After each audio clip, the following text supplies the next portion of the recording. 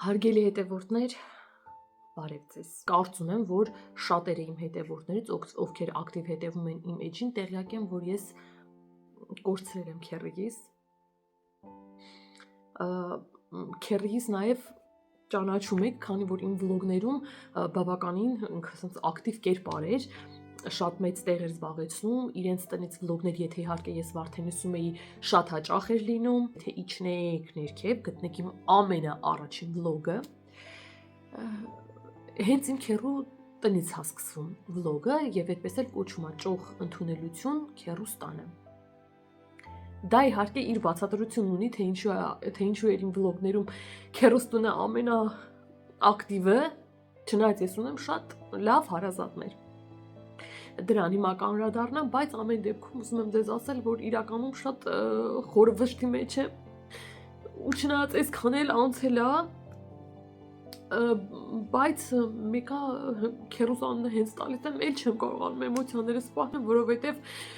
նախ ներողություն եմ խնդրում, որ հիմա տեսախցիկը միացրել եմ ու ձեզ հետ ուզում եմ խոսել, ուղղակի միշտ եմ ես ձեզ հետ կիսվում, ամեն դուք քեռուս ճանաչում եք։ Նախ ուզում եմ ասել, որ ինքը ուղղակի անունն է քեռը, բայց իմ համար ինքը պապա է։ Ես վստահաբար կարող եմ ասել, որ երկու պապա ունեմ։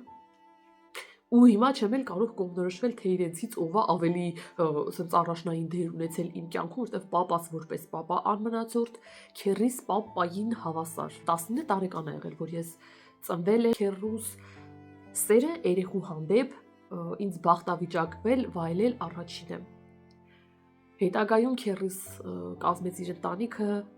ինձ համար բերեց աշխարհի ամենալավ քեռակնոջը, ու մեզ հիմա նվեր թողեց այդ քեռակնոջը, տատիս նվեր թողեց, մամայիս նվեր թողեց, ու նույնիսկ այն ժամանակ, երբ ինքը ունեցավ իր երկու հրաշք տղաներին,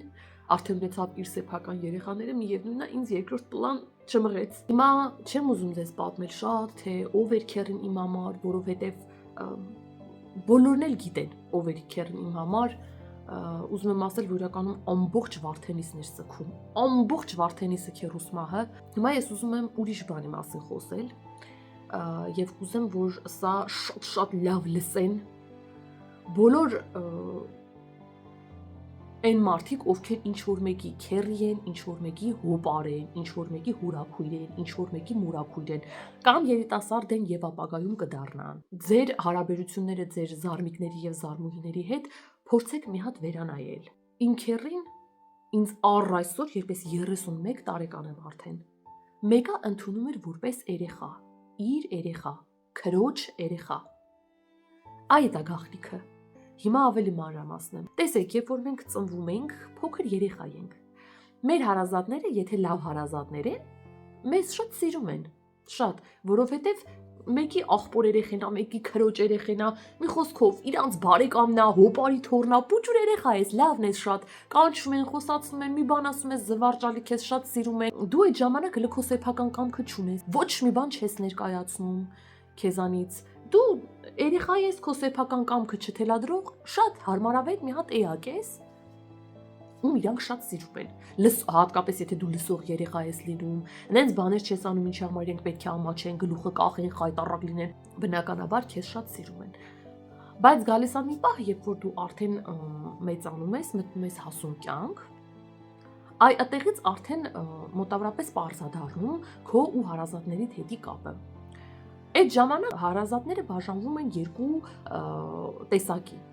Այն հարազատները, ովքեր քեզ շարունակում են վերաբերվել որպես իրանց երեխա, ու կապ չունի, որ դու արդեն մասնագիտություն ունես, աշխատում ես ինքնուրույն որոշումներ ես կազմում, այդ որոշումները կարա իրանց սրտով չլինի, քո ապրած կյանքը կարա իրանց պատկերացմամբ չլինի, քո ճաշակը կարող է իրենց ճաշակին չհամընկնի, քո կատարած ընտրությունը կարող է իրենց սրտով չլինել, դա նորմալ է, դու արդեն առանձին սեփական կամքի տեր մարդ ես։ Մեկը իրենք քեզ շարունակում են վերաբերվել, նենց ոնց որ քեռիս, ամեն դեպքում իրենց երեխա։ Հարազատների երկրորդ տեսակը արդեն սկսում է քեզ, դու հասուն մարդ ես, մարդը մարդու հետ վերաբերվել ու քեզանից պահանջել հավասարը հավասարին գործողություններ, չդրսևորելով ներողամտություն, չփորձելով տեղավորվել քո կարգավիճակի մեջ, հակառակը մի բան էլ ստեղծել արհեստական լարվածություն, հարց ու պատասխանի, պարտք ու պահանջի մեջ մտնել տվյալ մարդու հետ, երբ որ դու Մինչև վերջել շարունակում ես քո հարազատին, հարազատ երեխուն վերաբերվել որպես երեխա, դու երբեք իր օգտագործած բառը իր դեմ չես օգտագործում։ Երբեք իր արարքը քննարկման չես ենթարկում։ Երբեք իրար հետ հարց ու պատասխան վիճաբանություն չեք ունենում, որտեղ դու միշտ ներում ես իրան, միշտ ներողամիտ ես իրան։ Ինքը քո երեխեն, նա ինչ ուզում է անի, դու իրան ներում ես, սիրում ես։ Իհարկե, եթե ակնհայտ անարգալից վատ եւ լկտի վերաբերմունք քո հանդեպ ցույց չի տվել բնականաբար, չես ասում։ Եկավ, մի հատ չեկավ ինձ տեսնելու։ Հակառակը, ինքը քո երեխեն է, եկել է, չես համբերում։ Վազում ես իրան տեսնելու։ Երբ որ ինքը մարդ ես, կարող է մի հատ արտահայտությունը ավել պակասանում, դու չես իրան կանչում այդ պատասխան պահանջելու այդ արտահայտությունը, որովհետև ինքը քո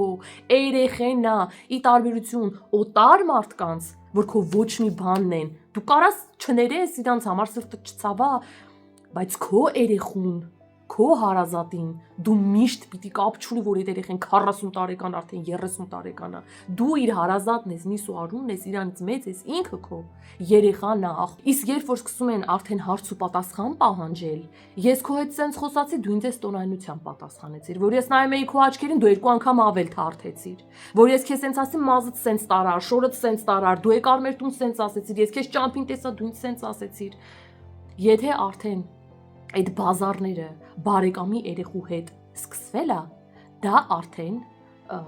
ձախողված, պրավալ տված հարաբերություններ են։ Եթե դու մի օր մեծանում ես, սկսում ես քեզանց ինչ-որ բան ներկայացնել, աշխատում ես գումար, կայանում ես ինչ-որ մի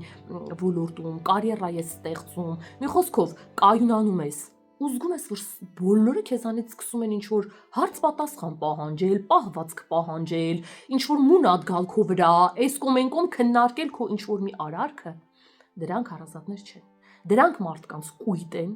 ում դու քանի գոհացնում ես, քանի իրանց սրտով ես, լավ է։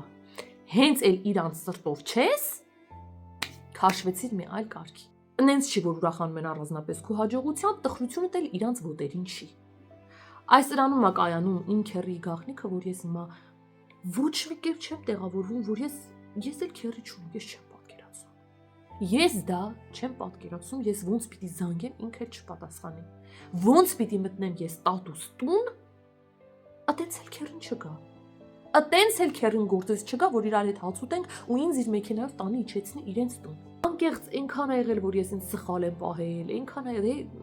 չեմ կարող ասեմ երբ, բայց վստահ եմ, որ եղածած կլինի։ Կարող եմ մի բան արել եմ, քեռուս դուրը չի եկել, երբեք դա իմ դեմ չի օգտագործել եւ դրա համար ինձանից պատասխան չի պահանջվել, որովհետեւ ինքը ինձ միշտ ընդունել է որպես իր երեխա, նա ինձանից պահանջներ իմ դեմ չի դրել։ Եթե ունեք զարմիկներ,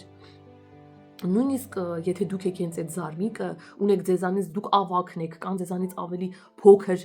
զարմիկներ եւ զարմուհիներ, եթե ձեր հարաբերությունները զգում եք, որ փչանում է, կամած գնում է դեպի անդունդը ու մեծը դուք եք, մեղավորը դուք եք։ Հա դուք փորձեք շտկել, եթե ինքը այդպես էլ չշտկվի, այդպես էլ չուզենա ընդառաջ գա այդ հարաբերությունների բարեփոխմանը, այսպես ասած, դուք գոնե կիմանաք, որ դուք դա արել եք։ Մենակ ուղակի բարերով չի է, դու իմ աղջիկն ես, ես քեզ իմ աղջկա նման եմ սիրում, չգիտեմ, այդ բառերը կեղծ բոլորը միմյանց կարող են ասել։ Երբ որ գալիս է պահը, երբ որ լարված իրավիճակ է ստեղծվում, երբ որ պետքա դու ցույց տաս, որ իրան պիտի վերաբերվես քո սեփական աղջկա պես ու չես վերաբերվում, այդ իսկական վերաբերմունքն է, թե չէ այդ կեղծ բառերը, որ վայ, իմ աղջիկ, իմ եւ այլն, դրանք նույնիսկ կողքից տահաճել է թվում։ Երբ որ դու պիտի չլսելու տաս ինչ-որ մի սխալ արտահայտությունը, բայց հակառակը դրա վրա մի հատ էլ ավելացնում ես, չեղած տեղից մի հատ էլ ստեղծում ես, դասարկում ես վեճ, այդ է իսկական քո վերաբերմունքը այդ մարդուն, ոչ թե այն խոսքերը, որ դու իմ աղջիկն ես։ Երբ որ կարաս քեն քշես, օրերով, երկար, ցույց տաս, որ արհամարում ես կամ մնացել ես նեղացած կամ անտարբեր ես իր հանդեպ, որովհետև ծնողը իր երեխու հետ տենց չի վարվի, իսկ եթե դու դիմացին ընդունում ես որպես քո երեխա, ուրեմն ընդունի ինձ ոնց է, որպես քո երեխա, ոչ թե ուղակի խոսքեր, իրադարձությունների ժամանակ է երևում։ Այդ մարդը իրոք քեզ ընդունում է իր երեխու պես, թե ուղակի խոսում է։ Ներողություն եմ խնդրում, որ իրականում պետքա տոնական վլոգներով ձեր ուրախություն պարգևեի, արդեն դրական էմոցիաներ տայի, Հազար ներողություն եմ խնդրում, որ չեմ կարողանում, բայց ձեր հետ կիսվելու կարիքը իսկապես ունեի։ Այն քերին էր, այն որ ես միշտ հպարտանում էի իր անարատ մեղրով։ Այն որ հպարտությամբ ցույց էի տալիս, որ ես վայելում եմ մեղր, որ ամեն մեկը չի կարա։ Այն քերին, որ իր հուղամասի բերք ու բարիքից պարտադիր պիտի տատիս հետ միասին բարձեին պապայիս մեքենան, ձուն, ձմեռով, ձնին, բքին, վտանգավոր ճանապարհներին քշեին, գային, հասնեին Երևան, որ այդ բերք ու բարիքը այսպես բարձեին իմ տան մեջ թողնեին գնային։ Այդ այնց հարազատներ, այդ այնց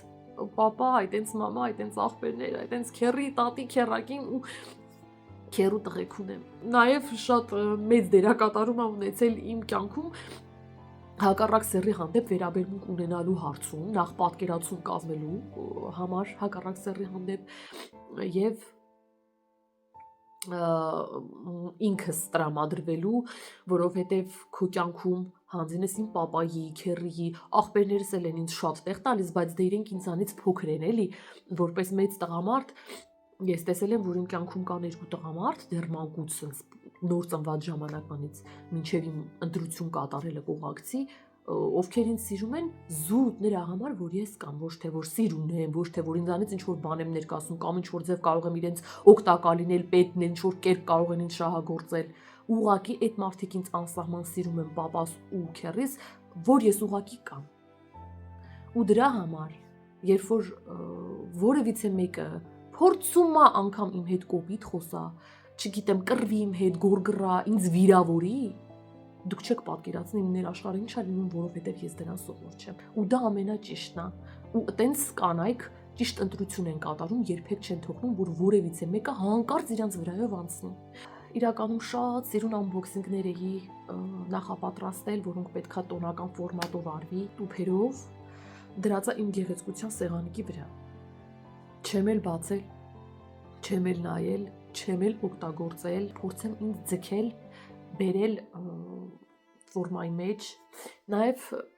իմացեք, որ ձեր մեկնաբանությունները ինձ շատ մխիթարում է, կարող է այդքան ֆիզիկապես չեմ հասցնում պատասխանեմ բոլորին, բայց կարդում եմ։ Շնորհակալ եմ ձեզ ինձ մինչև վերջ լսելու համար։ Եղեք առողջ եւ ամենակարևորը երջանիկ։